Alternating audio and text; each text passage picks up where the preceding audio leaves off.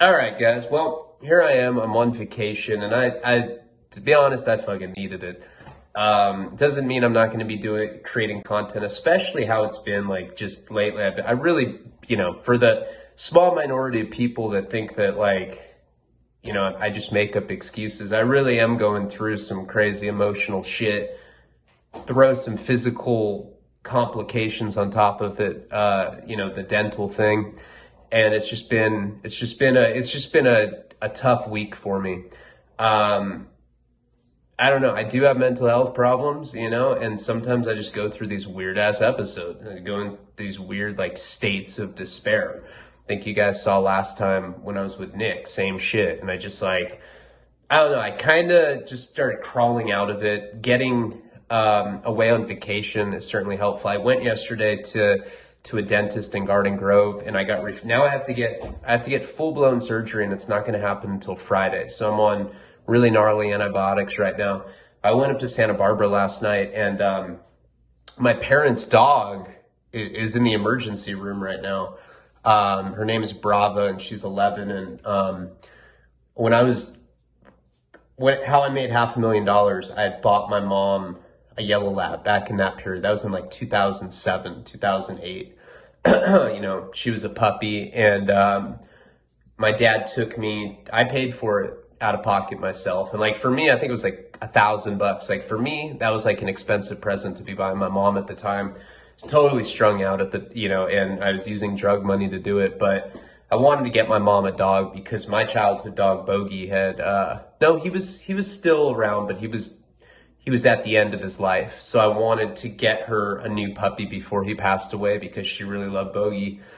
And my dad took me out to Newbury Park, California, which is like in between Santa Barbara and Los Angeles. And it was one of those things where like some shady guy he's like wearing a trench coat, and he like flaps it open like Batman, and there's just puppies like in little. No, that's not how it was. That would be fucking dope. It was just some guy at a park we knew that he was going to be there. Like we had put the order in. He's like, okay, come meet us at this park on this day. Be a bunch of people there, and you basically get to pick one out of the litter. And I looked, and I almost decided on one, and then I went into this van.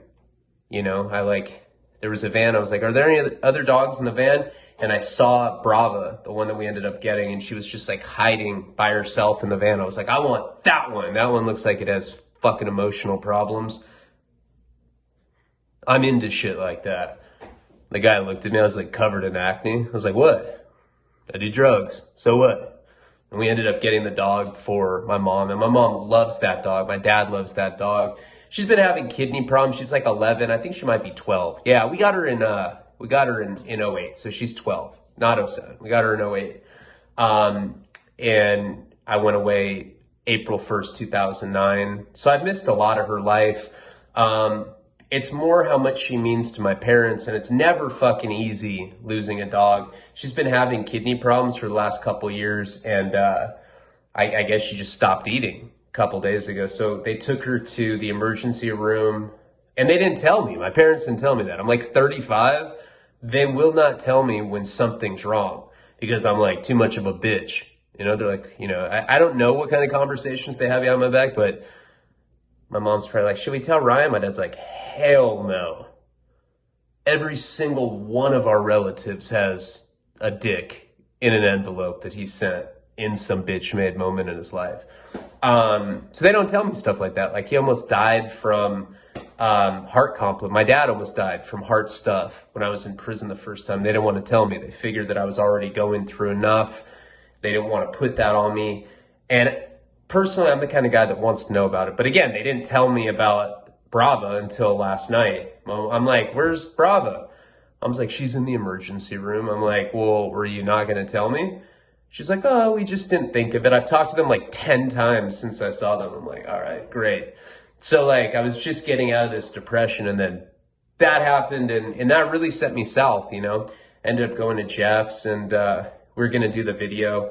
He wanted a list of questions. It was like, he doesn't do well unless he has questions. And if you saw the first interview that he did for the doc, he didn't do well then because he was super stoned, and he was stoned when I got there, and I couldn't get him to do it. we ended up going for a walk, and I'm going back there on Wednesday, and I am going to get it. Tomorrow, 3 o'clock, I'm doing the raffle for Patreon, just on Patreon. It's not going to be on YouTube. Karina will be there. Nico, it'll be like a nice private little event. You guys don't have to purchase anything. You're automatically included from last month. So anyway, that's going to be at 3 p.m. Pacific Standard Time tomorrow. But we went on this walk, and I would get stoned. I got stoned with him beforehand, and I just started going south. Like, I'd like be like, oh, I'm like, yeah, fuck, I was feeling depressed. I'm feeling better. And then I'd think of my dog, and like, Sarah McLachlan music would just invade my eardrums. And I just like give a homeless guy $4. He's not even a homeless guy. He's like, dude, I'm an Uber driver. What are you doing? I was like, oh, I don't know. You looked homeless. He's like, hey man, fuck you. Oh, all right. So I'm feeling better. And this particular storyline, juvenile delinquency, this one gets like a hell of a lot better right around now. I really had to like explain all this backstory stuff, because all of it has to do with what is going to ultimately happen in this series. But this series is important. It will basically go, until, I don't know, until somewhere in Boston. I don't know how much we covered in that, but there's a lot of content there. So let's get to, I also met up with Joe today. I gave him whatever miscellaneous stuff still needed to be sent out. So, tracking numbers, we can start getting those. This is for all the Sinister stuff, or for VIP or sponsor gifts, whatever. I gave him a shitload of packages today. So, we've already sent a lot of them out. There's still some to be sent out, but we'll do tracking numbers and stuff this week. So finally got all this shit done, and it's a lot of weight off my shoulders. But anyway, let's get into the story. And final thing I'll say, I do appreciate people that have been compassionate, because like, I'm not just like, oh, I don't feel like doing this. The dog try to make me commit suicide excuse. It's not that. It's for real fucking J-Cat stuff. And it happens to me. I mean, how could it not? You fucking, man, my life has not always been smooth sailing, and like, I suppress it pretty well, but like, I still have episodes here and there. And when I do, now that I have Patreon, I have a platform where I'm sharing my life with everybody. So I'm not going to disguise it. I'm not ashamed of it. It shouldn't be stigmatized. I get like that. And that's a tough thing to do. I'm like, really? Like, the world's so fucked off right now. The pandemic, everything's going crazy. And now I have to deal with fighting off fucking suicide. It's pretty uncalled for. Jesus. But, that's past. Now I feel a lot better, and that's just how it is. So I have compassion for anybody that feels like that. And if you do feel like that, I've found the best way to combat it is to tell somebody about it, because then it takes the power away from those weird ass delusional thought tracks that you have. Like, my dick doesn't stink. I just want to die. Fuck it. And you're lying to yourself, because your dick for sure stinks. Okay, let's get into the story. So where we are last time. So, I'm not going to spend a bunch of time recapping it. Basically, all this stuff had gone down in LA. You got Papias, Orlando, Brian, Clyde, all of those people. All of the stuff that went down in LA. My friends probably got cracked.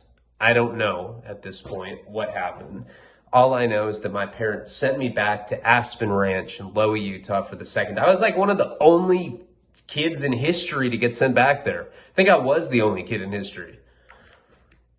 Staff was like spitting on me. I was like, Jesus. I felt I was like all shamed, And I went there the second time kicking heroin.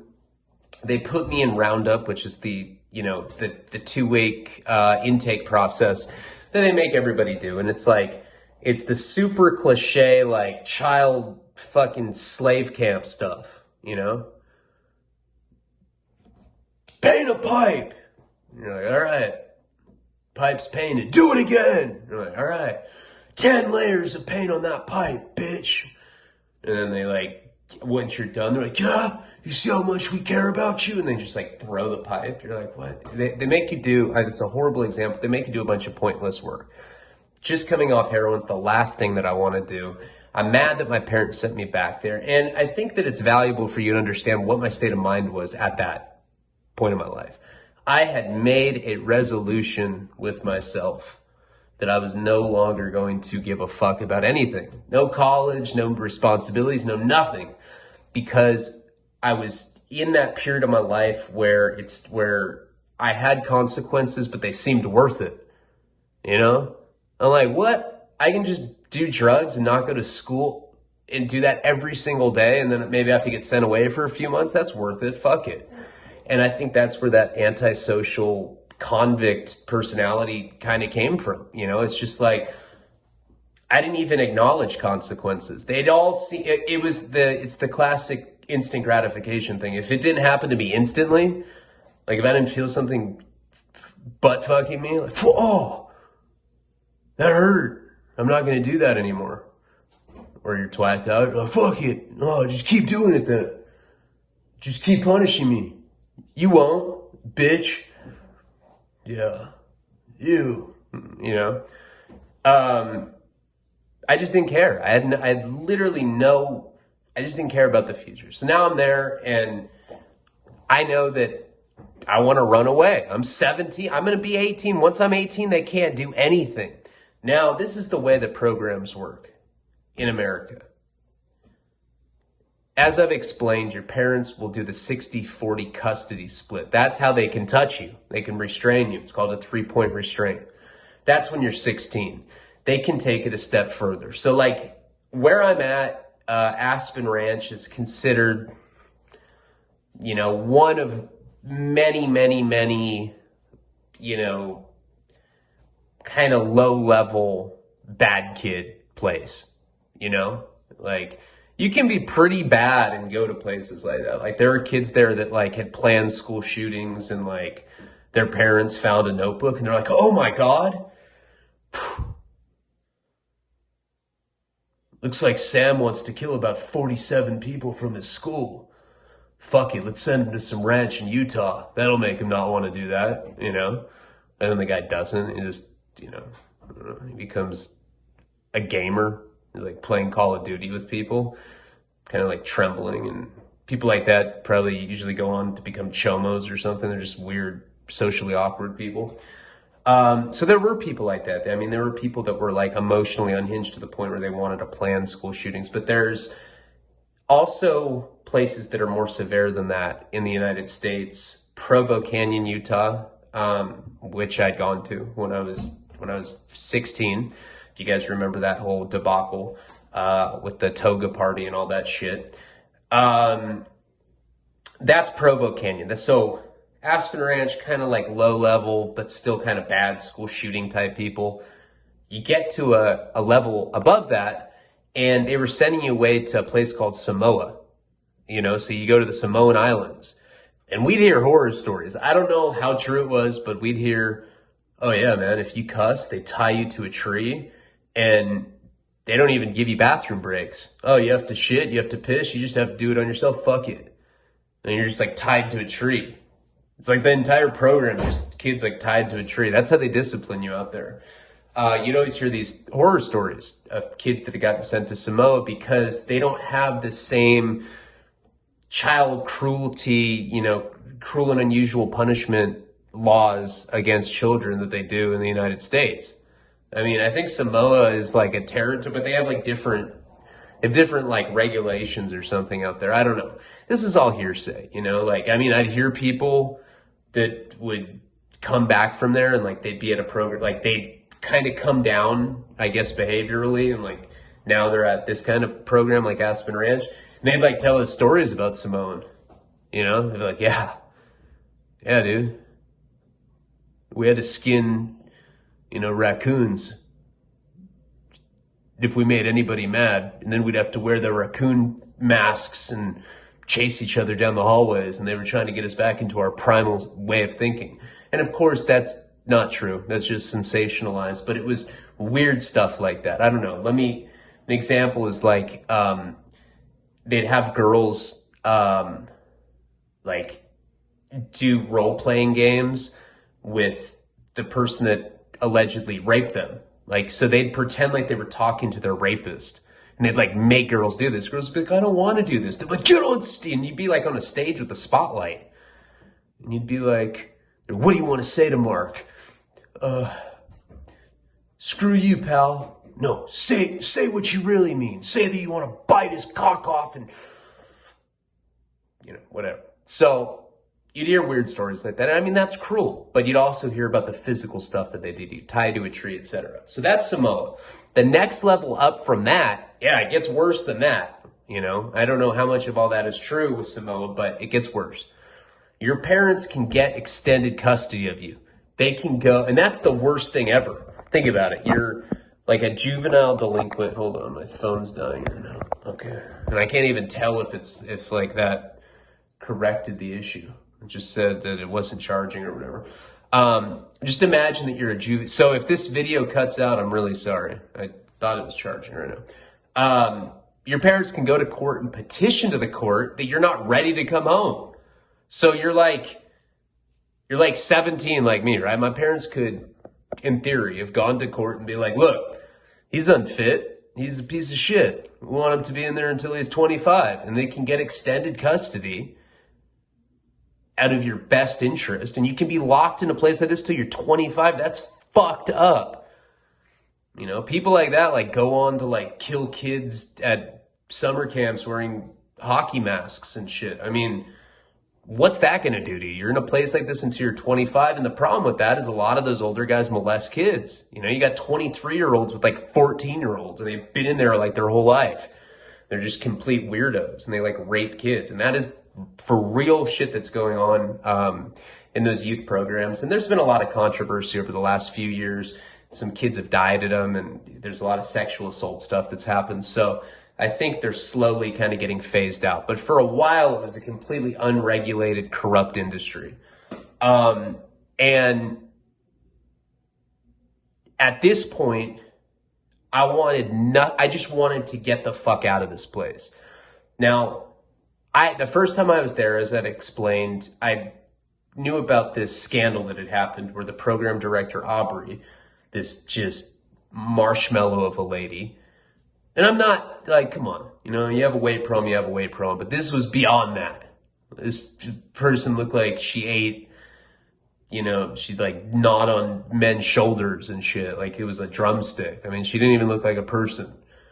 She looked like Jabba the Hutt from Return of the Jedi, which is like probably my favorite of the original trilogy. So I was always like, well, at least she reminds me of that. And then the dude that she sucked off was like the skinniest tweet. He was like C-3PO. Just imagine Jabba the Hutt sucking C-3PO's dick. But C-3PO has a cowboy hat on. That's what this was. And that was a huge scandal.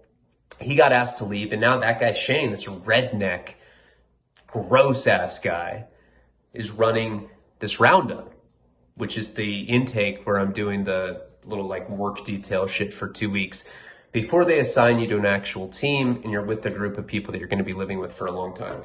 So Jared was this kid that I'd met in Roundup. I'd kicked heroin in there. I'm this punk ass kid with like dyed hair, miserable, hating life, no ambition for the future. And I meet Jared, arguably one of the creepiest fucking people I've ever met in my life. He was like almost like lampshade, but he would always like put his he'd always talk to you like looking down, he'd be like, does blood remind you of French kissing? Then he'd always like loom up like that, and I'd just be like, what? Nothing, man, nothing. And you'd like almost hear him being like, stupid. Dude, are you all right? Like this guy seriously creeped me out. He wanted out of there though too. And so my original idea was to blackmail Shane. It worked at a place like this. I don't know if you guys remember the first time I was there. First time I was there was a completely different experience. By the time they had put me on my team, I'd gotten out of Roundup, they put me in my team, they bring me into this room where it's like 6 or 7 beds just spread out. And I remember looking out the window and I see this guy smoking a cigarette. student there. I mean, you know, someone my age. It's like after lights out, I just see him smoking a cigarette outside. And I'm like, what? And there's bars on the windows, right? And I remember looking at him and he's looking at me and he's just scowling. Ooh, ooh. You know, and I was like, oh my God. I like put the covers back on. He came in and he strangled me. Seriously. He's like, if you tell anyone about this, I'll fucking kill you, bitch. And I was like, oh my God. I won't tell anyone. Here's $5. No, we didn't have money there, but you know, I pretty much bitched out. That guy's name was Kyle, and him and I actually became really good friends. I'm friends with him to this day. I talk to him all the time on Facebook. He's a good guy. That guy had been blackmailing staff into giving him cigarettes for the longest time because a lot of the people that work at these places are like they're like the run of the litter for who they can find. You're living in like the most desolate town, right? So you have all these hicks that are like on parole and they work the night staff. Like they're like, dude, we'll take anyone. We'll give you a radio. We don't care what you do. We don't even care if you're on meth. They're like, okay, fuck it. I'll do it. I love meth. And then they work there. Kyle was, you know, Kyle is a legend. Maybe I'll have him on the show at some point. He had been kicked out of like 5 of these places. He hit a staff with a fire poker once. He had run away from a program called Mount Bachelor, and he went to a liquor store. He broke the window. He stole a bunch of cartons of cigarettes, and then this crazy motherfucker just passed out by a train track smoking cigarettes until he got arrested. He got caught. Like, what the fuck? He had like 30 cartons of cigarettes in like a pillowcase. And he got arrested. By the time I met him, he was blackmailing staff there. He was like he'd been like in these places. He was 13. He was like the Morgan Freeman of kids being sent away, you know?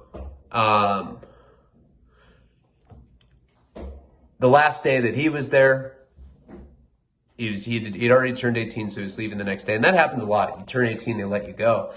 I had woken up in the middle of the night, saw that he wasn't in his bed. And I walk down this hallway, this like corridor. You're not allowed to do that, but I see that the door is like halfway open. I don't see the night staff in his office, so I assume that Kyle's outside. I open the door. I see Kyle smoking a cigarette with like 3 of the night staff. And they're like, get inside. I was like, oh my God. And I went back inside, and one of the night staff came and got me like maybe like 10, 15 minutes later. He was like, hey, come here. And he just took me out of bed, took me out of this building, and he gave me a Marlboro Light. He's like, smoke it. And I smoked it. He's like, don't ever tell anyone about this. I was like, all right. It seemed very naughty. And I was like, fuck. And I like went back to sleep. I was like, really, I mean, that was such a triumphant moment to like smoke a cigarette at this place. I felt so cool. And the next day, the guy had asked me, he's like, so we good? And I was like, nah. Or I said, you know, that depends on you. And I blackmailed him, and he ended up getting me a carton of Camel Turkish Jades. The point is, and I know that's from the first time I got sent away, but the point is I knew that these people could be blackmailed. I'd done it successfully in the past. I knew that I could do it again. And I knew that I had dirt on Shane and Aubrey. Now, that was one of our plans. The second plan was that we would drug one of the night staff because they would give us Trazodone and Seroquel. We'd go cheek him. We'd save him up. We'd drug the night staff. We'd steal his car and we'd leave. We didn't give a f. We were on some straight gangster shit. We were like we were like on Machiavelli. Like, we didn't give a fuck. Like, yeah, we'll drug someone and do a GTA. I was probably like an accessory to one back in California. I had no idea what was going on back there. I just needed to get the fuck out of there. So him and I started saving up food. You know, this is what we had talked about. And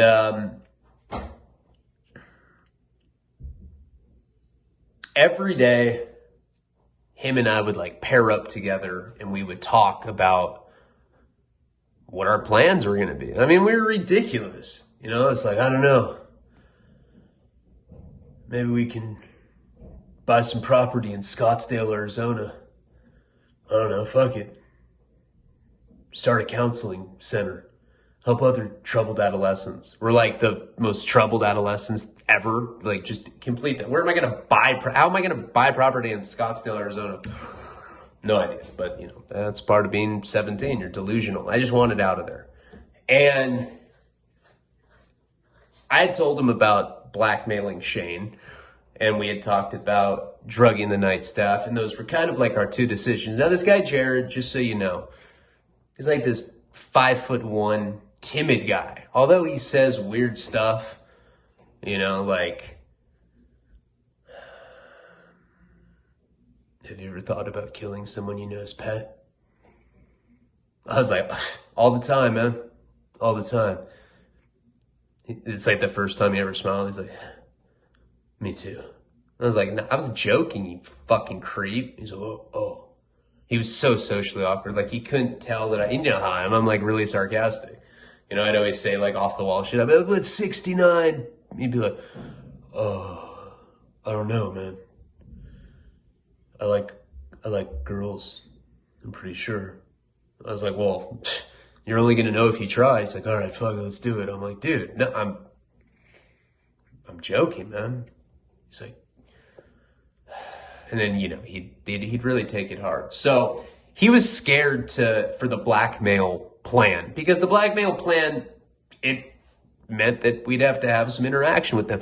It was like the much too aggressive option out of the two, you know, like the much safer bitch way to do it is to drug the night staff who's probably on parole for God knows what, let him pass out, steal his keys and take off. We didn't know which car the night staff would have. At this place, they'd have these huge parking lots and we'd probably have to go try every single car. And they had cameras everywhere. I mean, it wasn't the easiest place to escape from.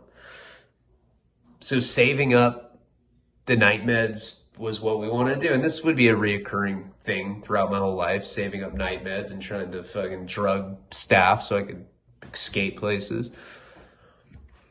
We start doing that, and all these kids are taking different medications. There's people taking Adderall, Ritalin, you know, there's some people are on benzos.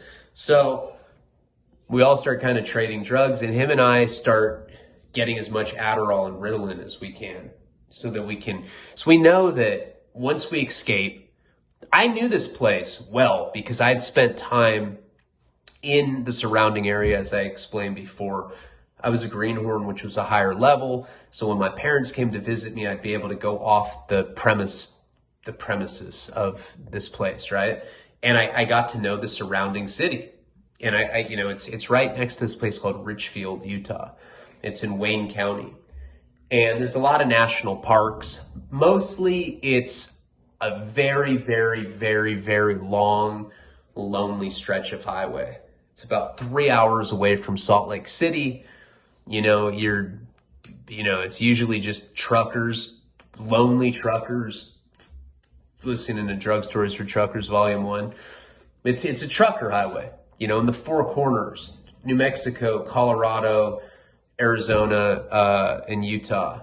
Did I say Utah? I don't know. Did I say four? I don't know. It's 4 different places. Four corners is right by there. And so that was probably our best bet is what I told him, you know, and like we'd be like drawing the map. We didn't even like know. I was like, yeah, I think Colorado's that way. I was like, all right, well, let's just put it on the map that it's there. Fuck it. It was like little kid stuff. But my whole plan was to get to the Four Corners because then I knew that we'd have so many different options. About to turn 18 anyway, and then they could do anything to me. But I didn't want to be there right then. I didn't want to be stuck in there. So we're saving up our pills, and that's going to be our whole plan. We're going to drug him. We're going to find his car, and we're going to go out to the Four Corners. I think we probably saved up, I don't know, 3, 4 Seroquel trazodone apiece. I was about to get out a Roundup, you know, within like 3 or 4 days. You're typically in Roundup for 14 days. For me, I was going to have to be in it for 21 days because the first week or so they'd given me some sort of bullshit medical clearance while they gave me T3s while I was kicking my smoking heroin habit. So I technically had to be in there for like 3 weeks. I think we saved up 3 or 4 pills, and that was what we were going to do. You know, one of us was going to stay on point. Well, the other one went and dumped this little packet that we had made with like binder paper into the coffee. That was our whole thing, right? And the day that we were doing that, it was that night, and like, we'd like really like pumped each other up, it's like, and he was like really dorky. He's like, all right, man, dude, I packed wool socks. I have a compass. I was like, do you have a whistle? He's like, fuck, I don't. I'm like, I'm just joking, you fucking dork. He's like, oh, I know. I hate people. Just want to see their life fade from their eyes while I sit on them. I'm like, huh? Just joking like you do. I really felt like I was like in the movie The Good Son with Macaulay Culkin. Remember that weird ass movie with Elijah Wood and Macaulay Culkin?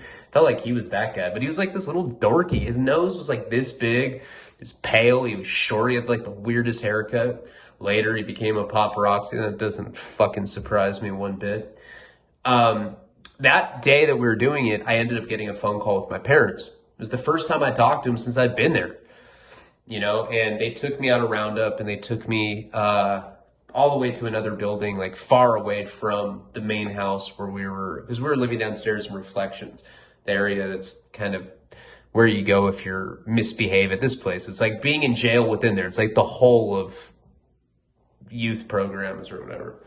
So they ended up taking me to this therapist office, and I remember the therapist that I had was like straight up satanic. I was like, what the fuck? He was wearing like a brown leather jacket, and he had like a pentagram like tattoo on his hand. Like, this is back when this is like '01. '02. Nobody had like pentagram tattoos on their hand. Now like everyone has that. Like normal, like politicians have like pentagram tears. They're like, what up? I don't care. I'm trying to get the death metal constituents. I don't even care. People are a lot more open. But back then, it was very odd to see someone with a pentagram tattoo, and especially a therapist. So they had this like short crew cut, glasses, and his name was Brett. He's like, hey man, I'm Brett. He shook my hand with the pentagram. I thought that my hand was gonna start smoking or something. I was like, geez, man. I was like, you're my therapist? You guys are giving Marilyn Manson to me to fucking psychoanalyze me? That checks out, And he's like, look.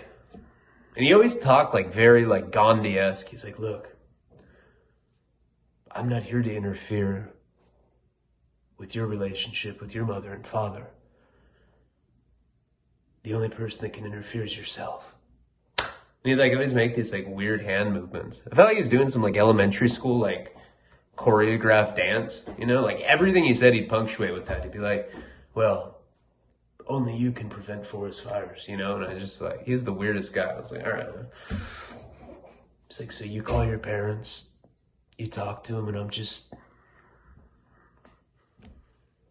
gonna listen. And it like worked. I was like, fuck, I feel comfortable with this guy. All right, fuck it. Hey, Brett, you want to see my dick? No. I was like, all right, cool. So I ended up calling my parents, and every time I talked to my parents, it kind of brought me back to reality, because even though I went through so many periods of making up these justifications in my mind, right? Like, oh, it's not affecting them that bad. It doesn't affect them when I'm getting expelled from multiple schools and I'm selling drugs, and, they're having to pay off people's parents because I'm trying to murder teenage pedophiles and shit. At the time, I'm like, it's just hijinks. I'm like in the movie Animal House. I'm fucking raging it. But, really when push comes to shove, I was incredibly selfish, and the things that I did affected them severely. It's really aged them. My dad just had a stroke this last month, and I can't help but think that I'm somewhat responsible. Just years and years and years of stress that has mounted with him, and that really does affect me, and that's probably why I've been so depressed, because of the documentary. Every time I heard their voice back in that time period, it would just bring me right back to reality. It was like, being high as fuck and someone just spraying ice cold water on you. You're like, fuck, man, I'm not even high anymore. Your dick out of my ass, bro. Fucking disgusting. Fucking sober now. Gross. And it was the same effect when I talked to them. So I hear my dad's voice, and He's always so nice, you know? And he's like, hey, Ryan, how are you doing? You could tell he like really loved me, really wanted to hear from me. I was like, I'm good. He's like, they treating you okay there? I was like, yeah. He's like, what's your favorite part? I was like, well, my therapist, maybe the Antichrist, but he's like a mellow one. Brent's like, you know, I was like, what the fuck? My dad's like, you know, Ryan, your mother and I, we didn't want to send you back. You know, we knew that the first time that you went affected you. And it did. I got back to school and I was the guy that got sent away. You know? Like, yeah, that guy got sent away. What did he do? I don't know. Something anal, though. What? Yeah. Some sort of anal guy. And like, you know, high schools don't even know what that means. So fuck. He's probably crazy, man. You can't do anal without being crazy. You know, and I think people really kind of treated me as an outsider when I got back because nobody knew what that meant. Where was I? I was in some corporatized like place for troubled adolescents, but it sounded like I was in some padded room. People kind of like treated me a little differently when I got back. You know, it's kind of the weirdo. Not really. I mean, there were much weirder kids there at high school, of course. High school is an uncomfortable experience for anyone. But I did see a kid get, you know, slit his wrist the first time that I was sent away. So it was like, it did affect me. You know, I wasn't doing cocaine. I wasn't doing heroin before then. I don't blame that program, but I think that it helped fast track it because, you know, before I was just some delinquent kid that was like, fuck it, I'm just going to party. And then like when I got out, I was like, oh, I'm going to start freebasing. Fuck it. To self-medicate. You know, I wasn't like that before. And my parents, I think, knew that. You know, I think my parents always knew that like putting me on Ritalin when I was a kid, bad idea. Sending me away was probably not the best idea. I don't know. My dad often says, well, what do you think we should have done? And I don't have an answer. So I don't know. And I was like, oh, I don't fault you. I don't know what I would have done with me. I was like a common out of hell. I was out of control. My dad tells me he didn't want to send me there. And he's like, look, my dad's very deal oriented, you know? He's like, look, your mother and I have come up with a proposition for you. We think you're going to like it. Tell you what, you finish high school and we'll let you come. You know, we'll let you come home the day that you get your diploma. Now at this place, remember, you do schoolwork at your own pace. They give you packets, then you get test proctored. So you just teach yourself stuff. You memorize shit. That's all it is. That's all school is. I'm a visual learner. I read packets. I'm like, oh, that's what photosynthesis is? Cool. You know, it's all multiple choice proctor tests. And you look at my report card for back then, I did pretty good. You know, I like a 3.4, I think, or something, 3.3, 3.4. It wasn't bad for as much trouble as I got in. And I think those are pretty solid grades. And I was like, oh, thanks, Dad. You know, I'm going to do that because in theory, I had 2 years left. You know, I'd already done my freshman and sophomore year. Technically, all I had to do was my junior and senior year and I could come home. I was like, all right, yeah, you know, that sounds good. And that was pretty much the extent of our conversation. You know, talked to my mom for a little bit. We got off the phone. You know, Brett's like, couldn't have gone better.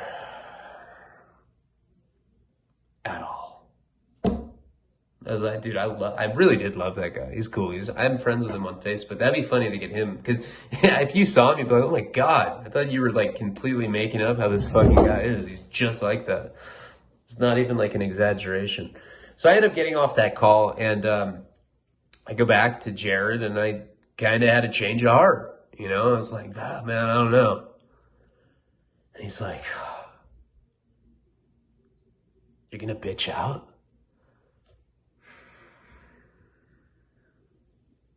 Why'd you waste my time? And I was like, I didn't waste your time. This kid was a little dork. So I could have fucked his ass off. I was like, I didn't waste your time, dude. I don't know. I talked to my family. I feel bad. They said all I have to do is finish school and I can get out of here. Okay. I want to see you flush the pills. I was like, okay. I don't give a fuck about trazodone and Ceregon. I flushed him. And he's just like, wow. You know, it's like one of those things. You ever do that where like a girl's like like your girlfriend will tell you something like they'll tell you to do something, but they don't want you to do it. You know what I'm saying? Like, I don't know. I can't think of an example, but it was like he told me to do it and then he was shocked when I did it. You know, it's like, well, you, here's an example. A girl will be like, change your relationship status to single. You're like, okay, all right, I will. And then you do it. And they're like, why would you do that, you fucking whore, you man whore, piece of shit. Now you are single. And you're like, you told me we were taking a break. You told me to do that. I didn't think you were going to do it on Facebook. I thought, oh, break, we're just talking. Yeah. I'm like, I literally said that I was going to do it on Facebook. Fuck you. Yeah. It's kind of how he was being, a little broad. So the plan temporarily gets shelved, right? Like, I don't know. I just had a change of heart. My parents kind of brought me back to reality. So we didn't have like all the food we had saved up, like all that stuff just, I was about to get out of Roundup. So finally I do get out of Roundup. I never end up blackmailing Shane, none of that. And Jared ends up being on the team with me. Now, first night that I'm in there, right? I kind of like get into it with this guy. I think his name was Blake. He didn't like me. He had an attitude with me and we exchanged some words. I don't even remember what it was about. This was before, I got in there before Jared did. Jared comes on the same, so the first night that I got on that team, I don't know, I said, I don't even remember what it was. I know that we got, like, tension had already started building with this guy. His name was Blake. And Jared wasn't even on the team yet. I just got out of Roundup and my plan in my mind was I was just gonna do my schoolwork, And this guy Blake, one day he's just like a couple days after I've been on the team, one day he's telling me that I stink. He's like, dude, you fucking reek, man. You fucking disgust. Hey, dog, you're fucking disgusting. You smell like burnt rubber, fool. He didn't talk like that. He was a white guy. I was like, what do you mean I stink? He's like, yeah, you're fucking gross. That's what I said. Like, really getting aggressive. Now, I got in fights back then, but I wasn't like I am now. Like, now if someone talked to me, I just crack him. Just because prison's done that to me. But he's just like talking shit and he's taunting me. And he made me start crying, And I'd been in fights at this point in my life. I don't know. Maybe I was just in like I'd love to tell you that I just like beat the guy up, but I started crying, right? And I was like, don't tell me I stink. Like really like, wow. Like looking back, I'm like, damn, fool. Cut that dick off and send it the fuck away. You don't even deserve to be at that place. Your dick doesn't even deserve not to be in an envelope. Me crying and not fighting this guy back after he was taunting me for stinking. And this is in front of a bunch of dudes, right? And they're just like, well, the thing is, too, this guy was swole. He was like fucking 6'4". I'm like 5'6". This guy would have beat me up. I was all emotional. Anyway, I didn't fight it. He made me cry. All these dudes start making fun of me at this place. I didn't really know anyone. I was just new to the team. And then it's a co-ed school. They take you to school all day with the girls. And, we end up, it ends up just spreading like wildfire. That I'm a bitch, that I didn't fight back, that I cried because he said I was stinky. And then girls like, oh my God, he is stinky. He smells like a rubber tire. And I'm like getting taunted. Now, I was never bullied. I was never the kind of kid that was picked on. I was being picked on. And it was interesting because I just wanted to stay in my lane and do my work and go home. But once I became kind of, ridiculed or whatever because this dude had basically punked me out and I started crying and then it just spread around everywhere.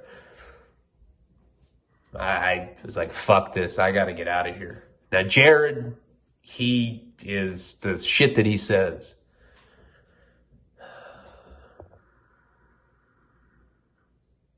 do you think that priests and nuns have the same kind of intestines as people that are non-denominational? You're like, what? And like, imagine him saying that to just random mean kids, you know? And I don't know why I was being so soft. Like, I didn't even, I kind of just bitched out, let this guy do that to me. So as soon as Jared gets on the team, they start kind of making fun of him too. And me and him start like talking again, and, you know, right back to the plan where we want to get out of here. You know, we like kind of backed out the first round. Now at this point, we had both gotten jobs working in the kitchen, you know, mainly because we both didn't want to be in this, you know, with these other people in this team. Like, you know, I was not well liked there.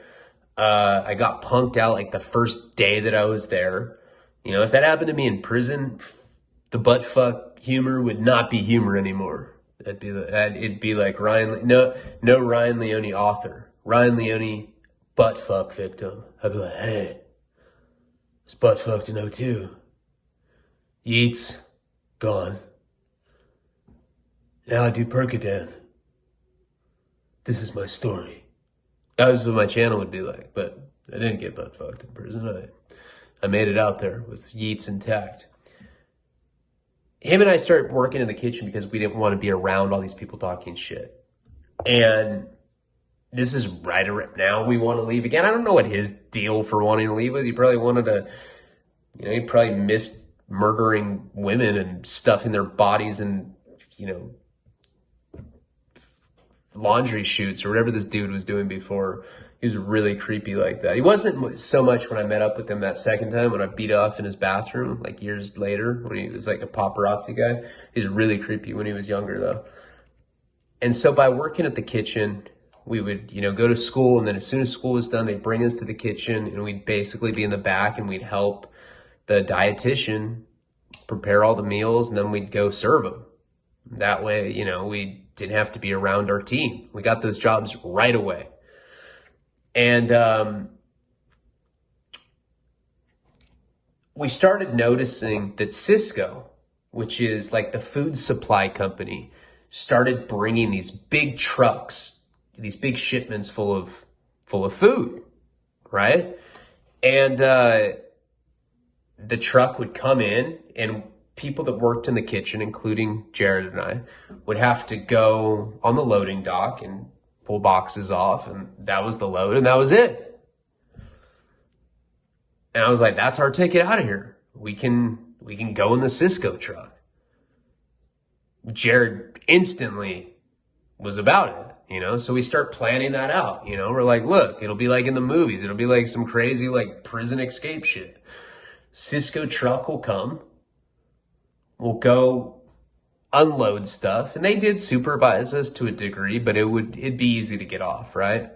So after we're done unloading the boxes, we'll just go in there and we'll hide, because you don't take all the boxes. It's just like the ones that are in the front, usually they're color coded. So in theory, we could crawl in the back of the truck and we could stay in there unnoticed.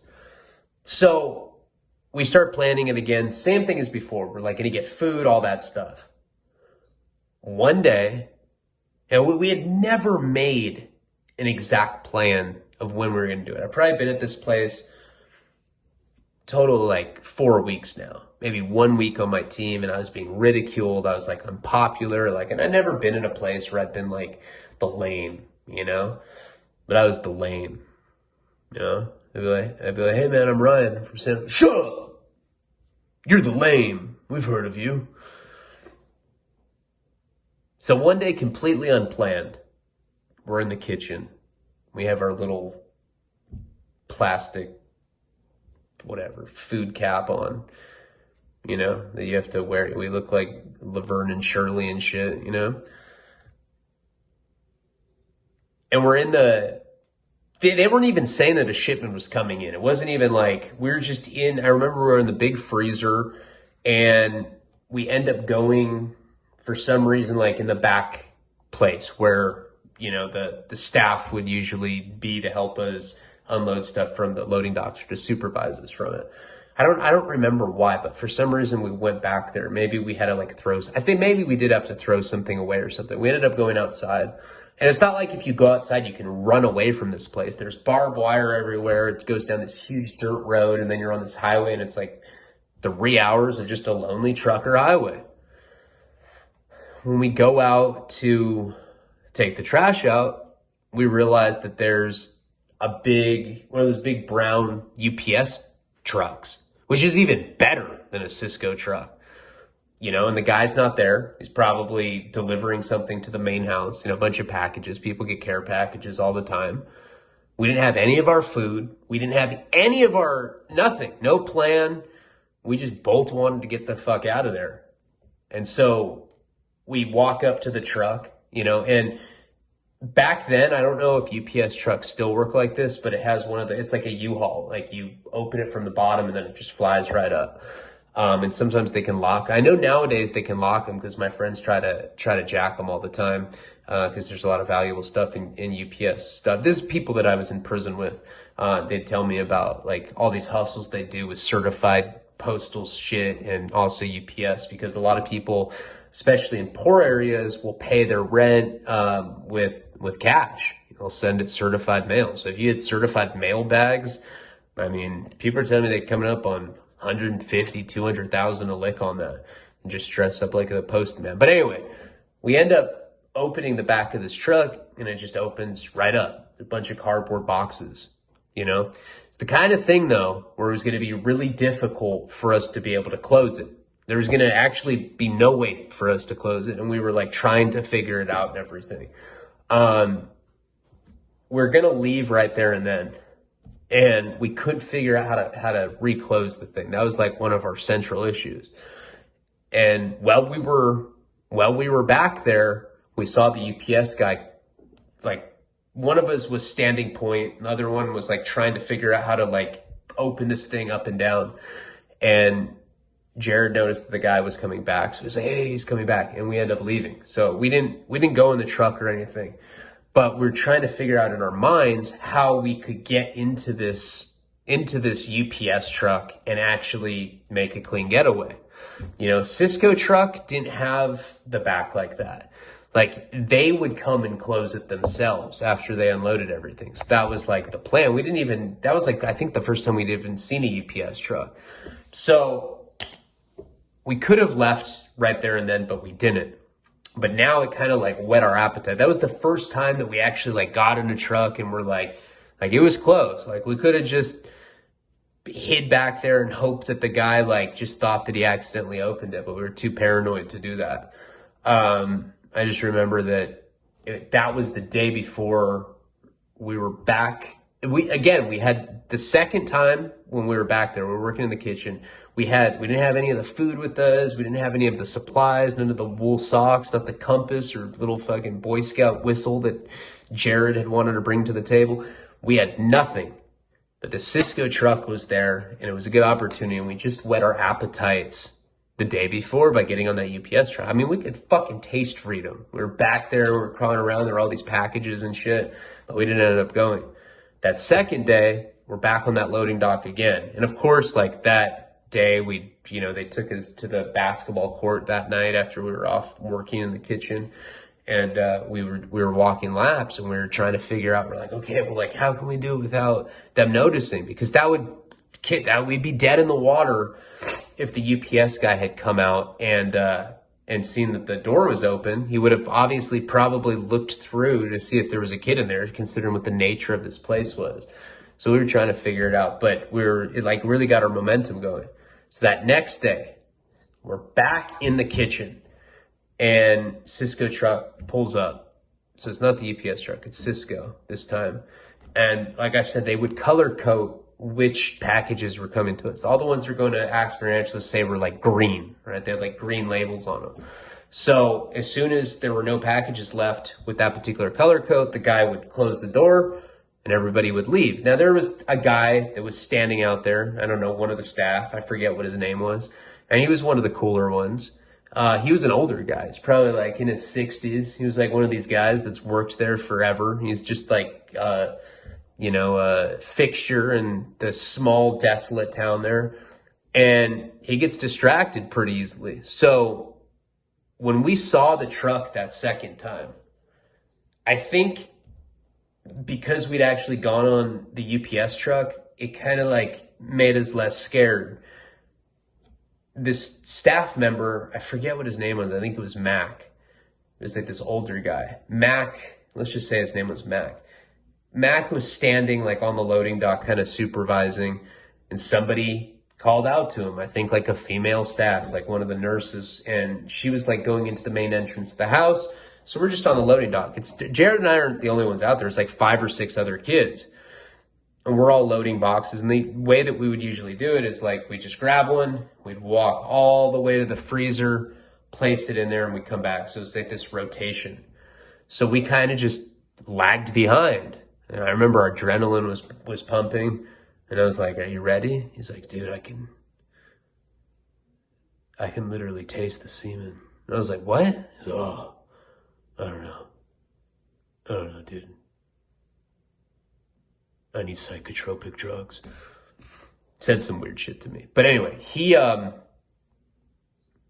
these other kids that were bringing the packages to the freezer had ended up going. I mean, like we had this rhythm, right? Mac was distracted. He goes and he's talking to this female, I think it was like a nurse. He's talking to her like in front of the house. So like he's out of our vantage point. We saw it for what it was. Like that was like our golden opportunity. And so we just both go into the truck. Now Cisco trucks are big. You know, if you've had like a big U-Haul moving van, like this is like 2-3 times that. That's how big the fucking cargo load is. And it's not like you couldn't get behind, like the way that the packaging, I don't know much about trucking, but the way that the packaging, like the way that the truck was packed, it was possible for us to actually climb back in there through the boxes and hide. And that's exactly what we did. We go in the back of the truck, we kind of burrow ourselves back there, we get as far back as possible, and we hide behind other boxes.